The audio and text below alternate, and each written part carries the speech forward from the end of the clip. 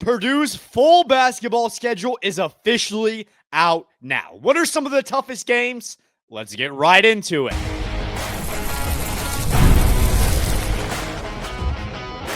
You are Locked On Boilermakers, your daily podcast on the Purdue Boilermakers, part of the Locked On Podcast Network, your team every day. Hello and welcome into another episode of Locked On Boilermakers here on the Locked On Podcast Network, where it's your team every day. I am your host. I am Nick Arvin, and we have a fun basketball episode coming your way on this beautiful Thursday morning. Today's episode is brought to you by FanDuel. Right now, new customers can bet just $5, and if your bet wins, you'll get $300 in bonus bets to use across the app. Download the FanDuel app today. Like I said, a big basketball episode because we have the full Purdue basketball schedule. Now, Purdue versus Kentucky. It's at Rupp Arena in just about 15 days, just over 2 weeks from Friday. I can't hardly wait. If you're just now seeing us on Locked On Boilermakers, just now seeing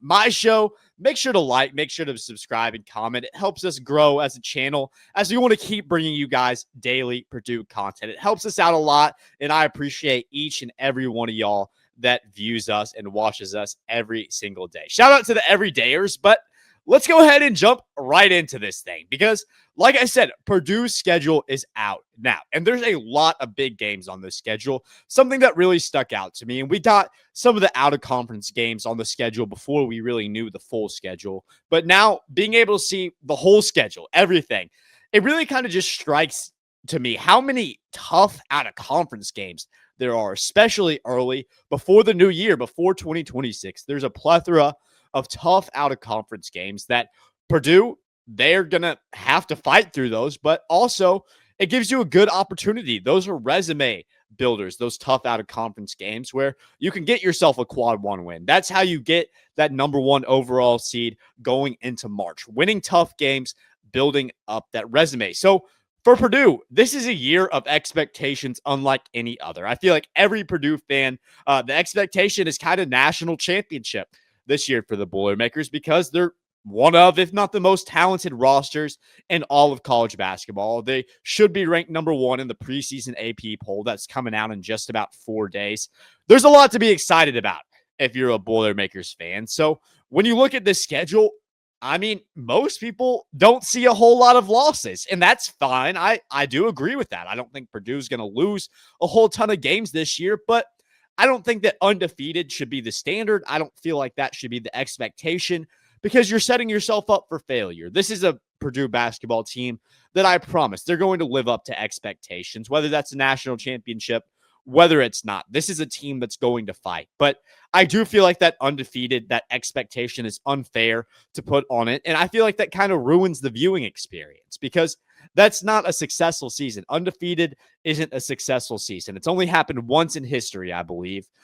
So I don't think that dialogue necessarily needs to be there, but I do feel like it's fair to have these expectations. And I do feel like it's fair to be excited about all these tough games on Purdue's schedule this year. So without further ado, I picked out 3.5 games that are going to be tough for Purdue that I think are going to be Purdue's toughest challenge. Games that Purdue might lose en route to their year this year. So let's go ahead and jump right in. And this is why I said 3.5, because this game isn't guaranteed to happen. And this one's going to happen on pretty early in the year. 5th game of the year, Memphis at Purdue. Technically not at Purdue because it's in Baha Mar. It's the Baha Mar event in the Bahamas. And that's 4 teams: Wake Forest, Texas Tech, Memphis, and Purdue.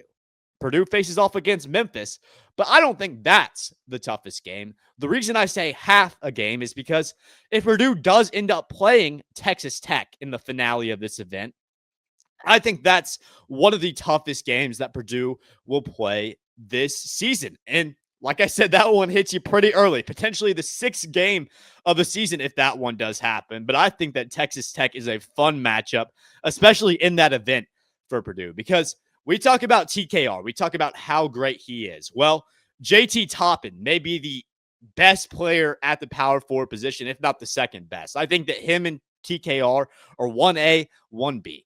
Of course, JT Toppin, All-American last year, he returns to the Texas Tech Raiders, and they get some transfers this year. LaJawn Watts, he comes over from Washington State. They get a guy at center from VCU, and Luke Bang Boy. Apologize if I'm saying that name wrong. Tyree Bryan from Santa Clara. They have some new pieces, but when you have JT Toppin, a guy who, like I said, was an All-American at that power forward position, him battling down low with TKR, I think that's a fun matchup, but not at Mackey. It's in the Bahamas. That's one that you absolutely can lose, and that's one that if you don't take that Texas Tech team seriously, say maybe you're tired. Maybe that Memphis game got you tired going into Texas Tech. There's so many different things that can happen over the process of one of these events. It's not Big Ten play where you know who you're going to play, you know when you're going to play them, and you know where you're going to play them. There's a little bit more variety and options for this matchup against Texas Tech. And like I said, it's not even guaranteed to happen. So that one is potentially one of the toughest matchups on Purdue's schedule, but a matchup that is absolutely going to happen, one that has been confirmed for quite a while, and one that's going to be a tougher matchup than a lot of people expect is Auburn against Purdue in the Indy Classic in Indianapolis. Not a true home game for Purdue, but I can assure you that there will be more Purdue fans than Auburn fans. That one is on December 20th. So right before Christmas, and that one comes off a tough stretch of games. You play Marquette the Saturday before, and then a week before that, you play Iowa State, both those games at home.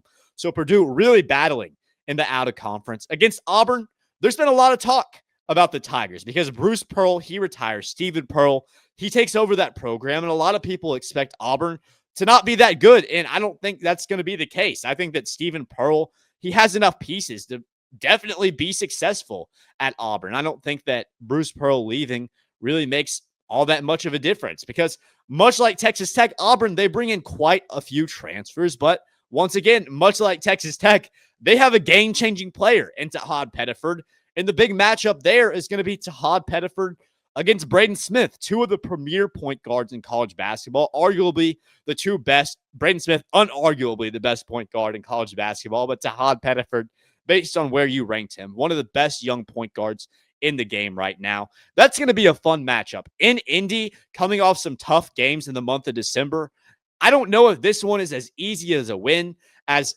other people say because it is a neutral site game. Although it's in Indianapolis, although Purdue, that's kind of an advantage for them, I think it's a lot tougher playing in Indianapolis on that neutral court than I think it is playing at Mackey because you just don't have that natural Mackey feel, if that makes sense. It's harder to get momentum.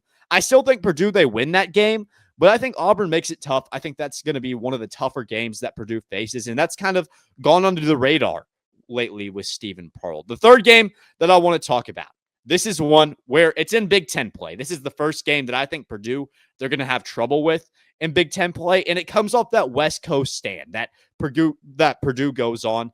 They start that up on January 17th. Of 2026. So early on in the new year, they go to USC on January 17th. I think that Purdue, they take care of USC. That one at 5 p.m. So Pacific time, 3 p.m., 6 p.m. Eastern. I think they're fine against USC. The game that I think gives them trouble is the one against UCLA on Saturday, the Saturday after on January the 20th of that West Coast stand. I think that UCLA, I think the Bruins are a tough team this year. They returned 3 starters, Tyler Beldo, Eric Daly, and Sky Clark. UCLA, they'll be good this year. And like I said, on that West Coast, that's something that Purdue, they haven't had to do. Big Ten, the expansion, it's all new. I just think that just due to geographical factors, having to travel onto the West Coast, play USC earlier in the week, and then carry that momentum on to UCLA, I think that's absolutely a tough game. I do think that Purdue, if they're going to lose in the Big Ten, I think that that's one that you lose on the road. I just think that that's probably the toughest game in terms of momentum, getting your guys together on that West Coast, coming off a tough stretch of Big Ten basketball.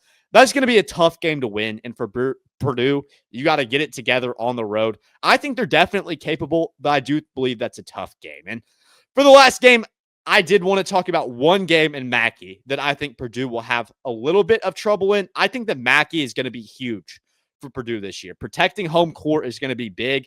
everybody knows about the Mackey environment. Those guys play off the momentum at home. So I don't think Purdue will have any trouble defending Mackey this year, but I think it'll be tough whenever the Wolverines come to town, because I expect Michigan to be a really good team this year. And Purdue, they play Michigan first in this little home stretch where it's February 17th against the Wolverines. And then you face off Indiana on the 20th. I believe that's a Friday. And then Michigan State the following week. That's a tough stretch of games at home. And I believe that Michigan is the toughest team within that stretch. Right now, Joe Lunardi of ESPN Bracketology, he has Michigan being about a top 2 seed. So they're supposed to be really good this year. Led by Yaxel Lindenberg out of UAB. He was one of the top transfers to come out of the portal. 17.7 points per game last year. That's going to be a guy at the power forward spot that is going to battle with TKR. So many fun matchups this year. And we're going to see a lot of those with Braden Smith battling off against top point guards, TKR battling off against top forwards. So many fun matchups. And I think that Purdue, they're going to really succeed this year because they have a lot of success within a lot of those matchups. TKR and Braden Smith, they can do a lot of great things to you for Purdue against a lot of top guys. So I think Purdue, they're going to be in a good spot this year. Like I said, there are some tough games on the schedule. I think that these games, 3, maybe 4, if you get Texas Tech and Baja Mar, I think these are tough games. I think that these are games that Purdue, they're going to have to dig deep to win because these games aren't guaranteed. Purdue, they should be the number 1 team in the nation. They should be the most talented team in the nation. But you can't ever take anything for granted in college basketball because all these teams want it so bad. All these teams are going to want to take down Purdue. Purdue will have a target on their back, but if they're able to overcome it, it'll make victory so much sweeter. But yesterday, 5v5 started. Inter-squad scrimmages for Purdue heading on to take off against Kentucky. That scrimmage heading in just over 2 weeks. We'll talk about what those 5v5s mean in practice for Purdue. Stick with us. We're talking it here next. When the opening whistle blows on a new repair, get your crew moving forward with SupplyHouse. Order today and see parts on your doorstep tomorrow. Over 280,000 plumbing, HVAC, and electrical items from the most trusted brands in the business. Their real-time inventory and honest lead times keep you from putting projects, while their industry-leading customer service always has your blind side covered. Need parts fast for a project? Well, SupplyHouse has next-day delivery. And that's a game changer. Absolutely. So you can join the free Trade Master program today and see some serious perks like priority shipping, lower prices, and a dedicated support line. Visit supplyhouse.com to sign up for free and use promo code SHCollege5 for 5% off your first order. That's supplyhouse.com. Real people, real service. Today's episode is also brought to you by our friends at FanDuel. The NFL season is here, and FanDuel has an offer you don't want to miss. Right now, new customers can bet just $5 and get $300 in bonus bets if you win. That's right. Pick a bet, put down $5, and if it hits, you'll unlock $300 in bonus bets to use across the app. I love using FanDuel because I can bet however I want. Live bet, futures bet, parlay. It doesn't matter. I can do it all with FanDuel, and you can too. So what are you waiting for? Visit FanDuel.com to download the FanDuel app today and get started. So since practice reconvened right about a week ago for the start of the new season, the guys are back at them. Yesterday was the first day of 5v5s during practice. And what did we gather from that? Well, we gathered that Matt Painter absolutely has a deep team. Going into Kentucky, I think this exhibition is going to be absolutely pivotal because I think that there's a lot more on the line than your average exhibition. I think that there's pride between these two programs. I think that both of these coaches are trying to kind of figure out which philosophy is going to go forward in college basketball. What's the winning philosophy? Because Kentucky, Purdue, both these programs historically rich. Both these programs have crazy fan bases. And for that, it makes for an exciting matchup. But this year for Purdue in this exhibition, I think that during it, we're going to see a lot of different lineups. I think we're going to see a lot of different guys playing in different spots going into the regular season, because when you have depth, the way that Matt Painter and this roster has for this team, you want to see what you kind of have. You want to see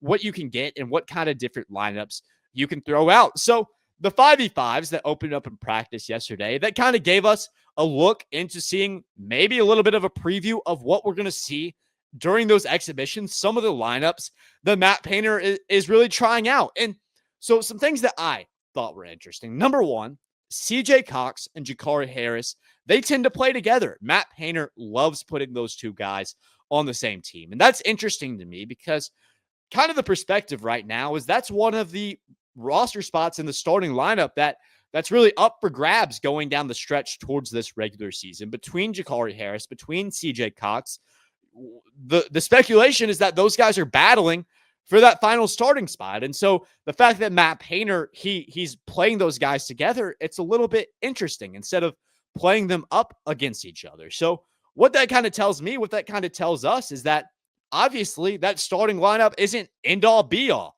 Whether Gicarri Harris, whether CJ Cox starts, it doesn't really matter because whichever guy doesn't is still going to produce. And I'm sure that we're going to see lineups with these two guys together. I'm sure that Matt Painter, he's going to throw something together where maybe you put Meyer in. Maybe you're able to put Gicarri Harris and Cox together off the bench. Or maybe you have Cox, he's in the starting lineup, carries over to the bench, or vice versa with Harris. You could really do so much because you have so many different guards that are electric, that can definitely produce for you and give you plus minutes for this team. So seeing Gicarri Harris, seeing CJ Cox play together, it's interesting, but I like the dynamic that Matt Painter is running out. It gives you a lot of options, and it gives you the opportunity to see how those guys play together. And another thing I saw, another guard, Omer Meyer, he was kind of playing all over the place. Matt Painter, he wanted to throw Meyer in. He wanted Meyer to have the ball in his hands, to be a primary playmaker. I didn't really see him on the same team as Braden Smith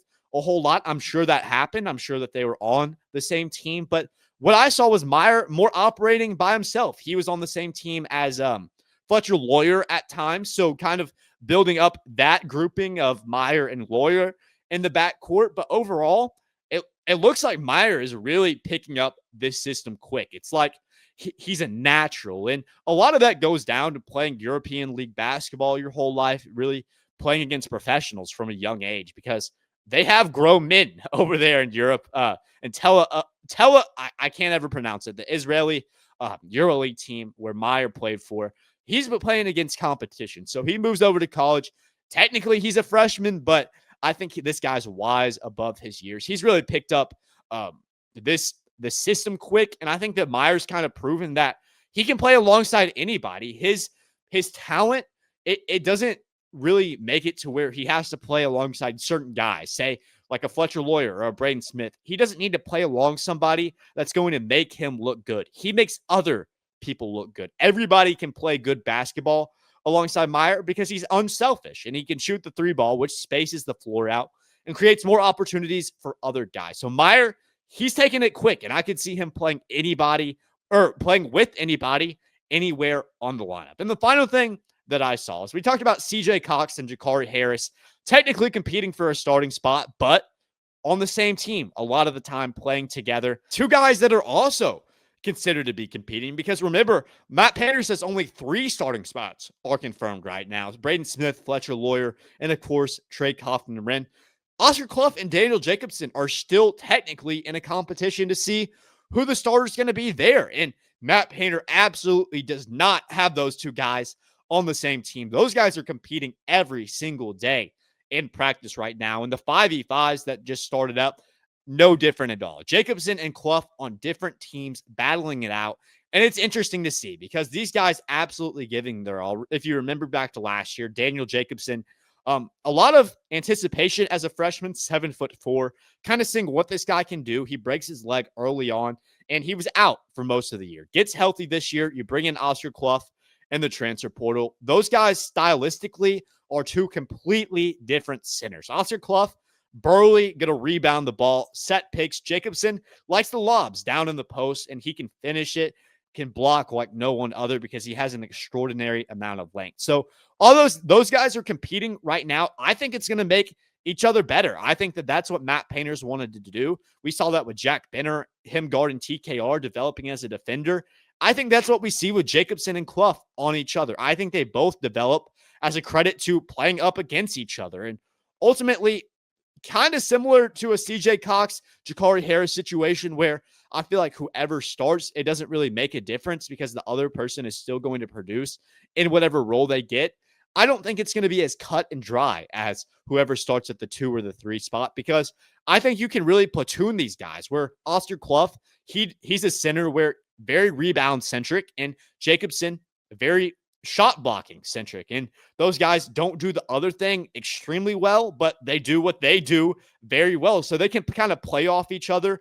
They're two completely different bigs. And you really just have to credit Matt Painter for being so intentional, bringing Oscar Clough in, because completely opposite of Daniel Jacobson. And I think that's going to help out Purdue, giving different looks to different teams based off the center that the other team has. And that's going to help out TKR. So a lot of interesting matchups. And of course, as this team loves to say, iron sharpens iron. Everybody makes everyone better, because that's what a brotherhood is. That's why this Purdue basketball team is going to be so good this year. We'll talk about Purdue football. They're 2-3 right now. They have the opportunity for a statement win on Saturday against Minnesota. It's a must win for this program right now. We'll talk about how they come out of Minnesota with that victory. Stick with us. We're talking football here next.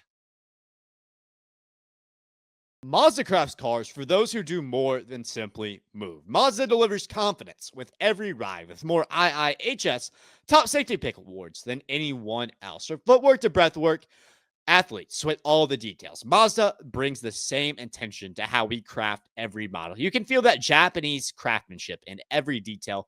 From the metallic accents to the available Napa leather upholstery, you can make everyday drives feel like anything but. From smooth handling to intuitive controls, if you're choosing a car, it's got to be a Mazda. Like our players, we sweat every detail, because when you make every move count, impossible becomes irrelevant. Mazda. Move and be moved.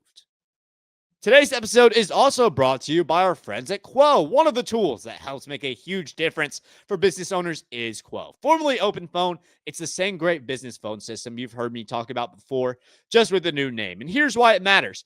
Every missed call is money left on the table. With every customer, conversation counts. You need a phone system that keeps you connected 24/7.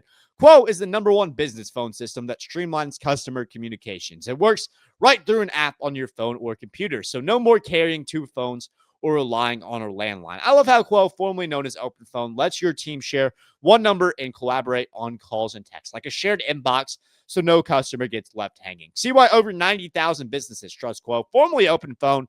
Get started free and get 20% off your first 6 months at quo.com/lockedoncollege. That's QUO.com/lockedoncollege. And if you've got existing numbers with another service, Quo will port them over at no extra charge. Quo, no missed calls, no missed customers. So we've been doing these key to victory segments throughout the college football season, towards the end of the week, and kind of a key theme that I brought up for Purdue going on against these opponents, against a USC, against a Notre Dame, against an Illinois, is that you have to win between the margins. You can't lose the turnover battle. You have to start winning time of possession. You got to do the small things that make a difference at the end of the game, because you don't have the margin of error that you're going to have other teams are going to have, because you bring in so many new guys.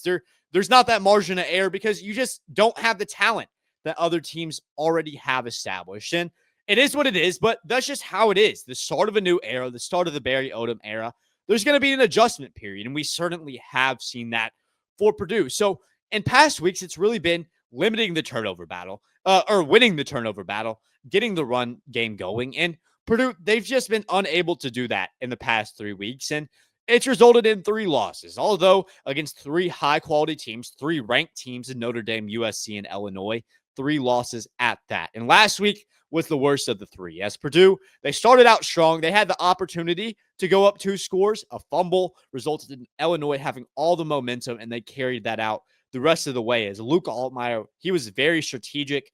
He was able to cut through that Purdue defense just like butter. It was so smooth for him. He was able to get anything he wanted. And overall, Purdue, they weren't able to stop Illinois. So against Minnesota, that's what has to change. You have to be able to stop this defense because this is a game that you have to win. If you have expectations of improving on last year, if you still have a sliver, it's a small chance, but there is still a path for a bowl berth. If you have those expectations, this is a must win. And that's going to set you up for the next 3 games. This month of October is so pivotal, and it starts against Minnesota, and it's going to have to start for that defense because this year, Drake Lindsay, he has been good for Minnesota. Minnesota going into this year under PJ Fleck, we kind of thought it would be a run primary offense because last year, Darius Taylor, he was electric. And this year, Darius Taylor, he's not even the leading runner on his team because I apologize if I butcher the last name, but Ijibo, he's been good for Minnesota. 48 carries, 225, 4.7 average, and 1 touchdown on the year. Whereas Darius Taylor, 7 less carries and 50 less yards. He's averaging 4.2 per carry, and he's been their second leading rusher. So a different identity on this Minnesota team than what we kind of expected going into this year. But like I said, Drake Lindsay, he's been good for this team this year. He's averaging, if I can get the numbers pulled up, he has over 1,000 yards on the year so far. I don't have the average in front of me, but he's completing about 64% of his passes, 7.4 yards per attempt. So he's having a good season. 7 touchdowns to 2 interceptions. Drake Lindsay has broken out for Minnesota. In Minnesota, they're 3-2 on the year right now, but they only have a win over Rutgers. That's their only Big Ten win. And for what it's worth, Rutgers isn't all that good, in my opinion. So I think that Purdue absolutely, they have an opportunity because they've been battle tested more so than Minnesota necessarily has. And I don't agree with the fact that Minnesota, they're 7.5-point favorites going into this matchup because I don't think that should be the case. Purdue, they lost against 16 against Illinois, 16 against USC, but those are much better opponents than what Minnesota is. And I'm not trying to discredit Minnesota. I don't think that they're what they're made out to be. But I think Purdue, they're going to be a big test for Minnesota into determining kind of the real skill level of this team because I do think that Purdue is a better team than Minnesota. On the road, that's going to give Minnesota a few points in terms of that point spread. But it doesn't really matter. You play the games for the reason. And for Purdue, you win this game by stopping Drake Lindsay. That's what you're going to have to do. I'm not worried about Darius Taylor. Going into this matchup, that's kind of what I assumed I would be worried about, is stopping Darius Taylor. But no, Purdue's run defense outside of against Notre Dame and then at times against Illinois where you had to play Luke Altmaier. He was slicing your defense, so you can't play run the way you want. There were times where the run offense got going against Illinois. But overall, I haven't been unimpressed with Purdue's defense. I thought that run defense has been one of the only good parts of Purdue's defense. The linebacker play has been really solid behind Powell and Carrera. I think that this team, they're going to be able to stop the run. It's stopping Drake Lindsay, not letting your DBs get sliced. Hopefully, Tony Grimes, hopefully he'll be back. Don't know his status quite yet. He's the cornerback 1 for this team. So he was out last week. That was huge in terms of just that secondary getting sliced. I think that if he's back this week, Purdue has a better chance. Against Minnesota on the road, it's going to be tough, but you got to get this one done. And then finally, we say it every single week, but you got to repeat it because you don't win games when you turn the ball over. We saw against Illinois, they had it going good. 2 early drives set the tone, and it looked like Purdue was going to be able to win that one. Start up 14-3, and that all goes away when Michael Jackson fumbles the ball, gives Illinois momentum, and then they ran away with that game. If you don't fumble the ball there, it's a whole different ball game. Not against Michael Jackson because that was a tough ball to hold on to in his position, but overall, you can't turn the ball over. You have to make smart plays, be very intelligent with what you do because you don't want to put your team in a bad spot. You don't want to do anything that's going to hurt Purdue's chances of winning against Minnesota because winning against Minnesota is going to be pivotal for where Purdue goes the rest of the season. Northwestern and Rutgers following it up, that's 3 wins in a row that you have the potential for in the month of October. That changes the outlook of your season. That changes the outlook of Purdue football. Purdue versus Minnesota, more important than people know. I think Purdue, they'll have a better shot in that game than a lot of people think. But We'll have to see. That game is Saturday, 2 days from now. Of course, Purdue versus Kentucky in just over 2 weeks. A lot to be excited about here on Locked On Boilermakers. Thank you for making Locked On Boilermakers your first listen today. For your second listen, check out Locked On Big Ten. Craig Sheeman breaks down the most exciting conference in college sports, from the rivalries to the championship and every game in between. Find Locked On Big Ten on YouTube or wherever you listen to podcasts, part of the Locked On Podcast Network. Thank you guys once again for joining me today. Make sure to like, make sure to subscribe. Of course, it helps us out a ton. And of course, as always, boiler up, hammer down.